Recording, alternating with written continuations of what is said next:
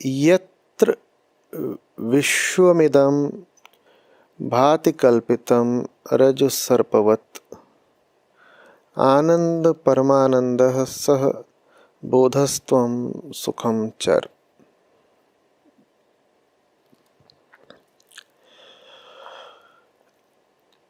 जिस मूल आत्मा में, जिस मूल सत्य में द्वैत का सारा खेल चल रहा है, जिसमें अहंकार है और अहंकार को दिखाई देने वाले नाना प्रकार के कल्पित दृश्य हैं, उन कल्पित दृश्यों के लिए यहाँ उपमा दी गई है रज्जु सर्प की। रज्जु माने रस्सी, सर्प की चीज़ एक है, दिखती दूसरी है। अहंकार को एक चीज़ है, रस्सी पड़ी है, उसको सोचता है सांप है। तो अहंकार कभी कुछ नहीं देख पाता, वो सिर्फ अपनी कल्पनाओं में जीता है।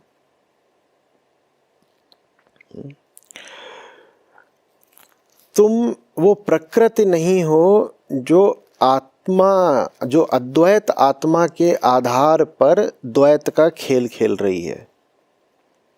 तुम वह प्रकृति नहीं हो जो अद्वैत आत्मा के आधार पर खड़ी होकर के द्वैत का खेल खेल रही है। तुम वह आत्मा ही हो जो आधार है। ये जान लो, सुखी हो जाओ। आनंद परमानंद बोध स्वरूप आत्मा तुम ही हो, ये जानो और सुखी रहो। ठीक है। अगर प्रकृति हो तुम तो तुम्हारी नियति दुख मात्र है। ठीक उस व्यक्ति की तरह जो दुनिया भर की रस्सियों को सांप समझ करके बदहवास सहमा डरा घूम रहा है। इतना ही नहीं है, वो अपने आप को एक दिन मरा भी मान लेगा किसी सांप के काटने से। जब दुनिया में इतने सांप हैं, उसने मान ही लिया है, तो एक दिन वो ये भी मान लेगा कि इनमें से किसी सांप ने उसको काट लिया और वो मर ही गया। तो वैसा व्यक्ति नहीं बनना है तुम्हें। तुम वो हो जाओ जिसमें ज्ञात और ज्ञाता के मध्य कोई भेद है ही नहीं। प्राकृतिक मत बने रहो, दैहिक मत बने रहो। वो मत बने रहो जिसने शरीर का जन्म लिया है शरीर से। वो मत बने रहो जिसका शरीर प्रतिपल मृत्यु की ओर बढ़ रहा है। समय की निर्मित नहीं हो तुम, समयातीत हो तुम। और ये जान करके आनंद और आनंद से आगे का आनंद और उससे भी आगे का आनंद, सोच से आगे का अनिर्वचनीय आनंद, उसमें जियो तुम। और उसी को कह रहे हैं अष्टावक्र सुखम चर। ऊपर कह रहे थे सुखी भव, सुखी भव सुखम चर। सुख किसको कह रहे हैं अष्टावक्र, यहाँ स्पष्ट हो जाता है। आनंद परमानंद को ही सुख कह रहे हैं। और वो आनंद परमानंद तुम्हें तब तक नहीं मिल सकता जब तक तुम अपने आप को देह मानते हो, प्राकृतिक मानते हो, प्रकृति को ही यथार्थ मानते हो। प्रकृति किसके लिए है? प्रकृति अपने लिए है। प्रकृति तथ्य हो सकती है, सत्य नहीं। आंखों के लिए प्रकृति है, आंखों के लिए प्रकृति है, देह के लिए प्रकृति है।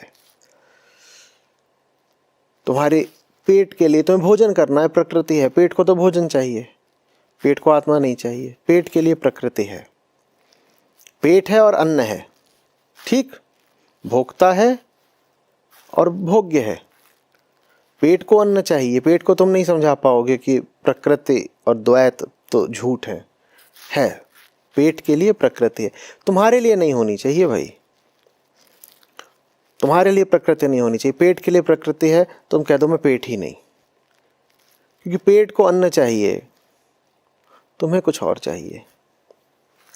नहीं तो सिर्फ अन्न खाने से तुम आनंदित भी हो जाते। पर हमने बहुत अन्न खाए हुओं को भी आनंदित तो नहीं देखा ना। आनंदित वही होता है जो अपने होने का यथार्थ जान लेता है। और तुम्हारे होने का यथार्थ आनंद परमानंदः स बोधस्त्वं सुखम चर। यह पूरा विश्व जिस अधिष्ठान पर खड़ा है, जिस पर प्रतिष्ठापित है, जिसका आधार लिए हुए है, तुम वो हो। तुम विश्व के भीतर कोई वस्तु, कोई इकाई नहीं हो, तुम विश्व का आधार हो। हम ऐसे कहते हैं ना, ये दुनिया है, दुनिया में हम पैदा हुए, बहुत बड़ी दुनिया है, उसके बीच में छोटा सा मनुष्य है। नहीं, अष्टावक्र कह रहे हैं तुम इस दुनिया के बाप हो, तुम इस दुनिया का उत्पाद नहीं हो, तुम इस दुनिया का आधार हो। उतना नहीं भी समझ में आता है। बहुत सारे लोग इस जगह पर आकर के फिर संशय में पड़ जाते हैं। कहते हैं माने पूरी दुनिया हमसे है, कैसे है, क्या है, कल्पना करने लग जाते हैं। और कल्पना उनकी सुसंगत बैठती नहीं तो फिर परेशान हो जाते हैं। मत करिए कल्पना। आप बस ये जान लीजिए कि ये पूरी दुनिया में, यहाँ तक कि आपकी देह में भी, यहाँ तक कि आपके मन में भी जो कुछ भी चल रहा है, आप पर कोई विवशता नहीं है उसमें प्रतिभागी होने की। आप उसको देख सकते हैं, और जो देख सकता है वो देखे जा रहे दृश्य से अलग हो गया। उस अलग होने में ही आपकी ताकत है और आपकी गरिमा है। उसी अलग होने में ही वो आनंद है जिसके लिए यहाँ पर कह रहे हैं अष्टावक्र सुखम चर सुखी भव। ठीक है, थोड़ा सा अपने आप को बाहरी विश्व से भी और भीतरी अनुभवों से भी अलग करके देखा करें। अपने दृष्टा बने, देखें कि कैसे भावनाएं आ रही हैं, कैसे क्रोध आ रहा है, कैसे नींद आ रही है, कैसे भूख लग रही है, कैसे किधर को आकर्षण हो रहा है, कैसे किधर को द्वेष बढ़ रहा है। उस पूरी प्रक्रिया को समझें। जैसे जैसे आप अपनी प्रक्रियाओं को समझते जाएंगे, वैसे वैसे प्रकृति से आपकी एक स्वस्थ दूरी बनती जाएगी, एक स्वस्थ संबंध बनता जाएगा। प्रकृति से उसी स्वस्थ दूरी में ही आनंद है जिसका यहाँ अष्टावक्र उल्लेख कर रहे हैं।